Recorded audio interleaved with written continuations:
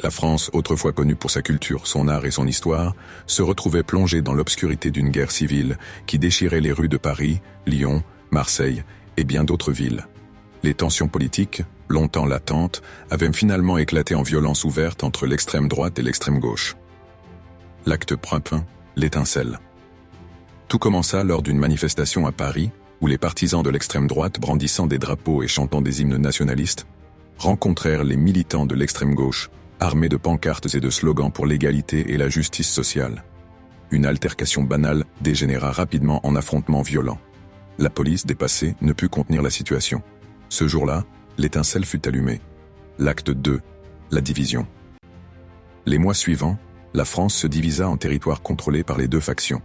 L'extrême droite, profitant de son soutien dans certaines zones rurales et petites villes, établit des points forts où l'ordre était maintenu par des milices locales. De l'autre côté, l'extrême gauche, forte dans les quartiers urbains, créa des communes autogérées où l'égalité des chances et la redistribution des richesses étaient mises en pratique. L'acte 3, la guerre. Les combats se généralisèrent, les villes devinrent des champs de bataille où chaque quartier était défendu ou attaqué. Les infrastructures publiques, les écoles, les hôpitaux, tout était pris dans la tourmente.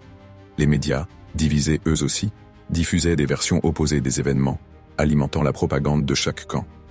Internet devint le terrain de guerre de l'information, avec des cyberattaques visant à couper les communications de l'adversaire. L'acte 4, le prix de la division. La population civile paya le prix le plus élevé. Les familles étaient déchirées, souvent avec des membres de chaque côté du conflit. Les réfugiés internes se comptaient par millions, cherchant un abri loin des combats. L'économie s'effondra. Les investissements étrangers disparurent. Et la France, autrefois puissance mondiale, devint un symbole de désolation. L'acte 5. La reconstruction. Après des années de conflit, l'épuisement prit le dessus. Des pourparlers secrets, soutenus par des acteurs internationaux, commencèrent à poindre. Finalement, un accord de paix fut signé à Lyon, une ville martyre du conflit. Les armes se turent, mais la reconstruction, tant matérielle que sociale, semblait immense. La France se réveillait d'un cauchemar, avec la résolution de ne plus jamais laisser la politique sombrer dans la violence. Épilogue. Un nouveau départ? Les leçons apprises de cette guerre civile furent amères. La politique française changea, s'orientant vers plus de dialogue et de compromis. Les idéologies extrémistes perdirent leur attrait, non par force, mais par l'échec évident de leur mise en pratique. La démocratie française, bien que meurtrie, chercha à se réinventer, en espérant que jamais plus l'histoire ne se répéterait.